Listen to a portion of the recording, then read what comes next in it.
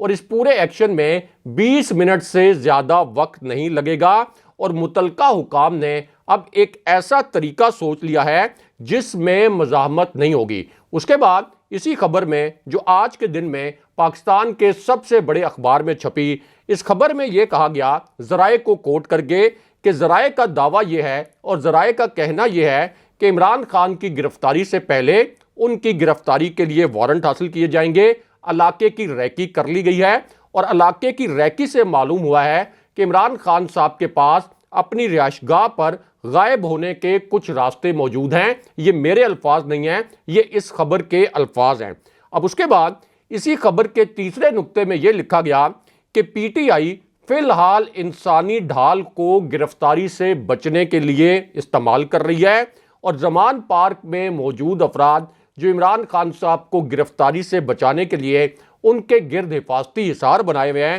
ان کی تعداد 48 سے 400 کے قریب ہو سکتی ہے۔ یہ تعداد ویک ڈیز میں یعنی ہفتے کے دنوں میں پیر، منگل، بدھ اور جمعرات جو ہیں ان دنوں میں زیادہ نہیں ہوتی، لیکن جو ویکینڈ ہوتا ہے اس میں یہ تعداد زیادہ ہو جاتی ہے۔ اس لیے پولیس کو گرفتاری کے لیے بھاری نفری کی ضرورت پیش نہیں آئے گی، یہ اس خبر کے الفاظ ہیں۔ اس کے بعد اس خبر کا جو آخری نقطہ ہے اس میں یہ لکھا گیا اور الفاظ یہ استعمال کیے گئے کہ دلچسپ بات یہ ہے کہ عمران خان کی ٹانگ کا زخم اب ٹھیک ہو چکا ہے اور گرفتاری کی صورت میں میڈیکل بورڈ سے بھی یہ ثابت ہو جائے گا کہ عمران خان کی ٹانگ کا زخم مکمل ٹھیک ہو چکا ہے۔ اور پھر ذرائع کو کوٹ کر کے اس خبر میں یہ لکھا گیا کہ اگر یہ گرفتاری بنی گالہ سے ہوئی تو زیادہ آسان ثابت ہوگی۔ اب عمران خان صاحب کے متعلق یہ جو خبر ہے یہ آج کے اخبار میں شائع کی گئی ہے، لیکن حقیقت یہ ہے کہ زمان پارک میں 48 یا 400 افراد موجود نہیں ہیں، بلکہ ہزاروں کی تعداد میں عام پاکستانی اور پی ٹی آئی کے کارکن موجود ہوتے ہیں۔ اور اگر عمران خان صاحب کو گرفتار کیا گیا جو اس وقت پاکستان کے 80% عوام کی ریڈ لائن ہے، اگر ان پر ہاتھ ڈالا گیا تو پھر یہ پورا ملک تحریر سکوائر بن جائے گا۔ پھر اس ملک میں ایک ایسی تحریک چلے گی جو کسی پولیس کے اختیار میں اس کو کنٹرول کرنا نہیں ہوگا۔ کوئی پولیس، کوئی فوج، کوئی سپریم کورٹ اور کوئی الیکشن کمیشن پھر اس تحریک کو کنٹرول نہیں کر پائے گا، کیونکہ عمران خان صاحب کے پاس اس وقت اتنی عوامی طاقت ہے کہ عمران خان صاحب کی ایک کال پر یہ پورا ملک تحریر سکوائر بن سکتا ہے۔ اگرچہ ابھی تک عمران خان صاحب نے ایک ذمہ دار لیڈر کے طور پر اپنے جو کارکن ہیں اور اپنے جو سپورٹرز ہیں ان کو کسی بھی انتہائی اقدام سے باز رکھا ہے۔ لیکن اب یہاں پر پرویز مشرف کے متعلق بھی ایک بڑی واردات کی گئی ہے۔ یہ جو ریڈ زون والی واردات ہم نے آپ کے سامنے رکھی، سب سے پہلے ہم نے آپ کو ان سائیڈ نیوز کے اس پلیٹ فارم پر یہ خبر سب سے پہلے آپ کے سامنے پیش کی تھی، سب سے پہلے یہ خبر بریک کی تھی اور اب اس خبر کی تصدیق بھی کی گئی ہے۔ اور یہ جو پلان بنایا ہے یہ شہباز شریف، آصف علی زرداری اور فضل الرحمان نے پرائم منسٹر ہاؤس میں بنایا تھا۔ لیکن بہرحال اب پرویز مشرف کے متعلق بھی جن کا انتقال ہو گیا، اب ان کے متعلق بھی ایک بڑی اور گھناؤنی قسم کی واردات کی گئی ہے اور اس کا ایک ویڈیو کلپ بھی اس وقت سوشل میڈیا پر وائرل ہے۔ بہت ہی زیادہ تکلیف دہ یہ ویڈیو کلپ ہے اور انتہائی دلخراش قسم کے اس ویڈیو کلپ میں مناظر ہیں اور آپ یہ خبر سن کر حیران پریشان ہو جائیں گے کہ پاکستان کے اندر کیا اس قسم کی شرمناک حرکت بھی کی جا سکتی ہے۔ اب پرویز مشرف جو ہیں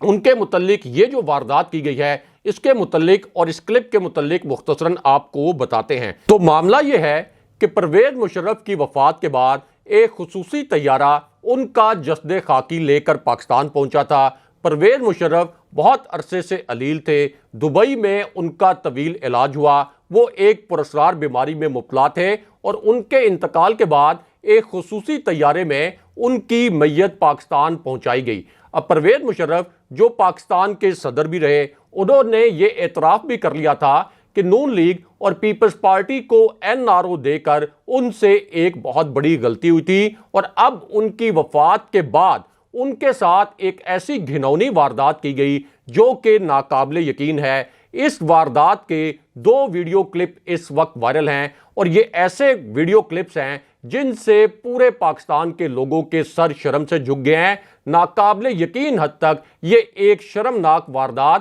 پرویز مشرف کی وفات کے بعد کی گئی۔ اب اس ایک واردات سے آپ یہ اندازہ بھی کر سکتے ہیں کہ شریف خاندان کتنا کینہ پرور ہے، اور شریف خاندان جو ہے وہ سیاسی طور پر کتنا منتقم مزاج ہے، اور یہ اصل میں پاکستان کی اسٹیبلشمنٹ کے لیے بھی ایک سبق ہے کہ شریف خاندان جو ہے وہ کس قدر منتقم مزاج واقع ہوا ہے۔ اب پرویز مشرف صاحب کی وفات کے بعد یہ جو گھناؤنی واردات کی گئی، یہ کسی خفیہ مقام پر نہیں کی گئی۔ ایسا نہیں ہے کہ یہ کوئی خفیہ واردات کی گئی ہو، بلکہ یہ واردات سینٹ میں کی گئی، یعنی پاکستان کی پارلیمنٹ میں۔ اور وہ واردات یہ تھی کہ سینٹ میں حکومت، یعنی یہ جو امپورٹڈ حکومت ہے اور اس کی جو اتحادی جماعتیں ہیں، انہوں نے سابق صدر پرویز مشرف کے لیے دعائے مغفرت کروانے سے انکار کر دیا، اور یہ الفاظ بولے کہ پرویز مشرف نے آئین توڑا، جو آئین توڑتا ہے وہ غدار ہے، اور آئین توڑنے والوں کی حمایت کرنے والے بھی غدار ہیں،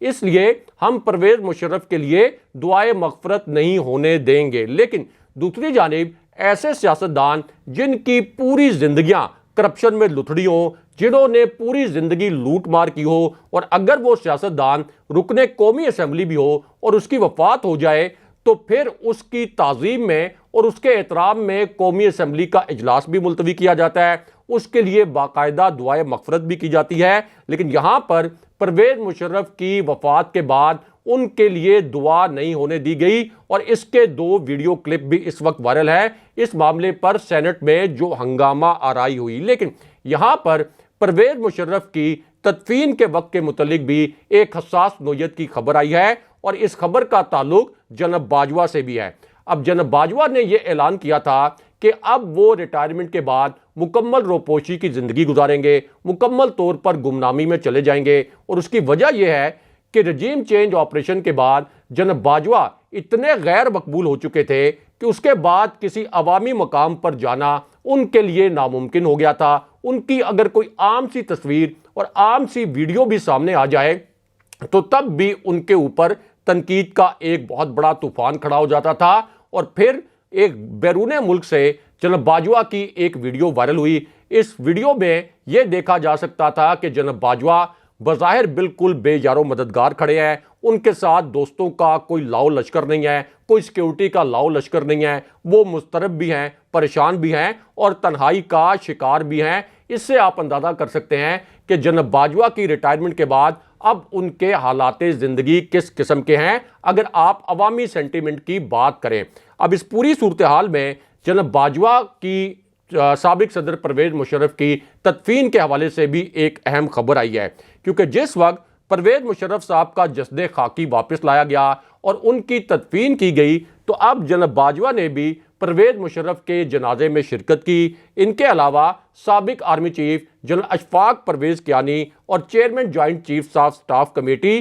جنرل ساحر شمشاد مرزا نے بھی سابق صدر پرویز مشرف کے اس جنازے میں شرکت کی۔ لیکن اب یہاں پر عمران خان صاحب کے ایک قریبی دوست کے اغوا اور چھاپے کے متعلق ایک بہت بڑی اور اہم نوعیت کی خبر آئی ہے۔ اسی خبر سے جڑی اب ایک حیران کن قسم کی ویڈیو بھی سامنے آ گئی ہے۔ اس ویڈیو کے کچھ کلپس آپ کو دکھاتے ہیں، اس ویڈیو کے کچھ سکرین شاٹس آپ کے ساتھ شیئر کرتے ہیں۔ اب یہ جو چھاپا مارا گیا اور یہ جو خوفناک نوعیت کا آپریشن کیا گیا، یہ آج کے دن میں کیا گیا، اور اس آپریشن کا پھر ایک ویڈیو کلپ وائرل ہو گیا جس میں پہلی مرتبہ 3 کرداروں کی نشاندہی بھی ہو گئی، اور پہلی مرتبہ پتا چلا کہ یہ جو 3 کردار تھے جو کہ اس آپریشن میں حصہ لے رہے تھے، یہ اصل میں کون تھے۔ اب یہ چھاپا اصل میں مارا گیا دوبارہ سے آج کے دن میں پرویز الہی کے گھر پر، اور اگر آپ اس کا ویڈیو کلپ دیکھیں تو آپ کو ایسا محسوس ہوگا کہ جیسے پرویز الہی کوئی دہشت گرد ہے اور سیکیورٹی فورسز کسی دہشت گرد کے گھر پر چھاپا مار رہے ہوں۔ لیکن دوسری جانب سابق سیکرٹری پنجاب اسمبلی کے گھر پر بھی آپریشن کا ایک ویڈیو کلپ سامنے آیا ہے،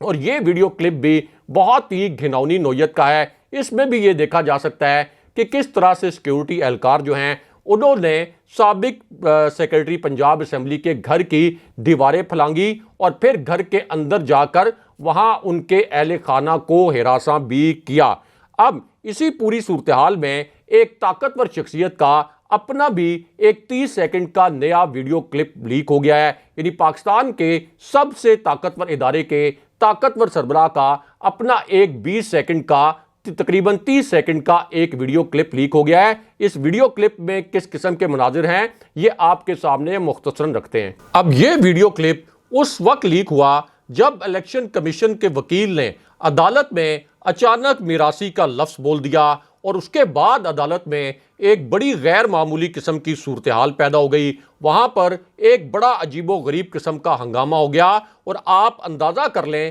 کہ الیکشن کمیشن جو ایک آئینی ادارہ ہے اس کے وکیل نے کس قسم کا وہاں پر ہنگامہ کیا۔ اب اس سماعت کے دوران الیکشن کمیشن کے جو وکیل ہیں سعد حسن، انہوں نے یہ اعتراض کیا کہ عمران خان اب تک عدالت میں کیوں نہیں آئے، ان کو میں نے کنٹینرز پر ناچتے ہوئے دیکھا ہے۔ اس سے آپ اندازہ کر لیں کہ الیکشن کمیشن کتنا متعصب ہے کہ عمران خان صاحب کے متعلق عدالت میں کتنے گھٹیا اور شرمناک قسم کے الفاظ استعمال کیے گئے۔ اس کے بعد الیکشن کمیشن کا یہی جو وکیل ہے یہ کہتا ہے کہ عمران خان صاحب کے جو وکلاء ہیں یہ اپنے ساتھ مراثی لاتے ہیں۔ اس پر بھی کمرہ عدالت میں پی ٹی آئی کے جو وکلاء ہیں ان کی جانب سے پھر احتجاج کیا گیا۔ لیکن اس سے آپ یہ اندازہ کر سکتے ہیں کہ چیف الیکشن کمشنر اور ان کا الیکشن کمیشن عمران خان صاحب سے ذاتی اناد میں کس قدر اندھا ہو چکا ہے کہ عمران خان صاحب کے متعلق عدالتوں میں کس قسم کے الفاظ بولے جاتے ہیں۔ بالکل اس طرح لگ رہا تھا جیسے یہ الیکشن کمیشن کا وکیل نہیں، ایک آئینی ادارے کا وکیل نہیں، بلکہ وہاں پر رانا ثناء اللہ عمران خان صاحب کے خلاف زہر اگل رہے ہوں۔ یعنی عمران خان صاحب کا یہ موقف سچ ثابت ہو گیا کہ چیف الیکشن کمشنر اصل میں مریم نواز کے اشاروں پر ناچتے ہیں۔ لیکن اس کے بعد عدالت نے جو فیصلہ سنایا یہ بھی ایک بڑا عجیب و غریب قسم کا فیصلہ تھا۔ یہ ایک محفوظ شدہ فیصلہ عدالت نے سنایا۔ اب عدالت نے یہ کہا کہ عمران خان کی آج طبی بنیادوں پر حاضری سے استثناء کی درخواست منظور کرتے ہیں۔ عمران خان صاحب پر فرد جرم تو وقتی طور پر عائد نہیں ہوئی، لیکن یہ ضرور پوچھا گیا کہ ہمیں یہ بتائیں کہ عمران خان کب عدالت میں پیش ہوں گے تاکہ ان پر فرد جرم عائد کی جائے۔ دوسری جانب شہباز شریف جن کے اوپر 16 ارب روپے کی کرپشن کے شواہد موجود تھے، جن پر اگلے دن فرد جرم عائد ہونے والی تھی جب ان کو وزیر اعظم بنا دیا گیا، ان کی فرد جرم کے متعلق تو کسی عدالت نے، کسی سپریم کورٹ نے کبھی نہیں پوچھا۔ لیکن یہاں عمران خان صاحب کے خلاف نام نہاد توشہ خانہ کیس میں فرد جرم عائد کرنے کی تیاری کی جا رہی ہے۔ لیکن اب یہاں پر شیخ رشید کے اغوا اور ان پر قاتلانہ حملے کی ایک تازہ ترین ویڈیو اور ایک تازہ ترین خبر سامنے آئی ہے۔ یہ جو ویڈیو کلپ ہے تقریباً 23 سیکنڈ کا، یہ بھی اس وقت سوشل میڈیا پر وائرل ہے۔ اب یہ ویڈیو اس وقت سامنے آئی جب شیخ رشید کی درخواست ضمانت کی سماعت ہوئی اور اس دوران پھر بڑی غیر معمولی قسم کی صورتحال پیدا ہو گئی اچانک عدالت میں، اور جج نے ایک ایسا فیصلہ سنا دیا جس کی پاکستان کی عدالتی تاریخ میں کوئی مثال نہیں ملتی۔ یہ جو فیصلہ ہے یہ توہین زرداری پر سنایا گیا۔ یعنی ایک طرف مریم نواز جنہوں نے چیف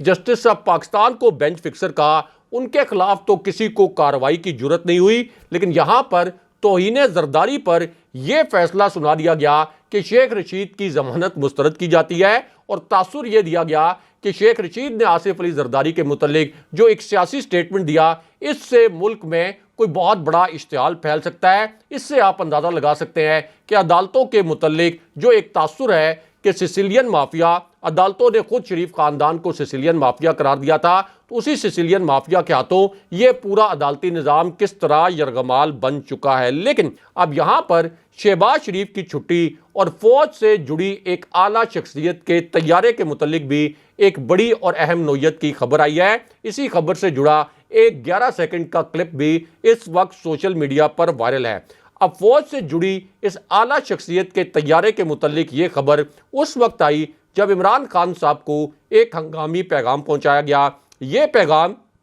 پاکستان کے طاقتور حلقوں کی جانب سے پہنچایا گیا۔ اس پیغام میں عمران خان صاحب کے ٹیبل پر 2 نئے آپشن رکھے گئے۔ ان میں سے ایک آپشن ایک ٹیکنوکریٹ سیٹ اپ کے حوالے سے تھا۔ عمران خان صاحب کو یہ بتایا گیا کہ اگر وہ اس فارمولے پر رضامند ہو جائیں، اگر وہ اس فارمولے پر اتفاق کر لیں تو اس پوری صورتحال میں شہباز شریف کی چھٹی کی جا سکتی ہے۔ اب یہ جو پورا فارمولہ تھا یہ ایک ایسے وقت میں دیا گیا جب آج کے دن میں ایک انٹرنیشنل مانیٹری انسٹیٹیوشن نے یہ رپورٹ جاری کی کہ پاکستان عملی طور پر دیوالیہ ہو چکا ہے، اور اب جو بیرون ممالک جو انسٹیٹیوشنز ہیں اور جو پاکستان کے خیر خواہ ممالک بھی ہیں وہ بھی پاکستان کو قرضہ دینے میں ہچکچاہٹ کا شکار ہیں کہ پاکستان یہ قرض واپس نہیں کر سکے گا۔ لیکن اب اس پوری صورتحال میں اسلام آباد میں اقتدار کی راہداریوں میں ایک بڑی حساس نوعیت کی اطلاع گردش کر رہی ہے، اور یہ اطلاع اس وقت سامنے آئی جب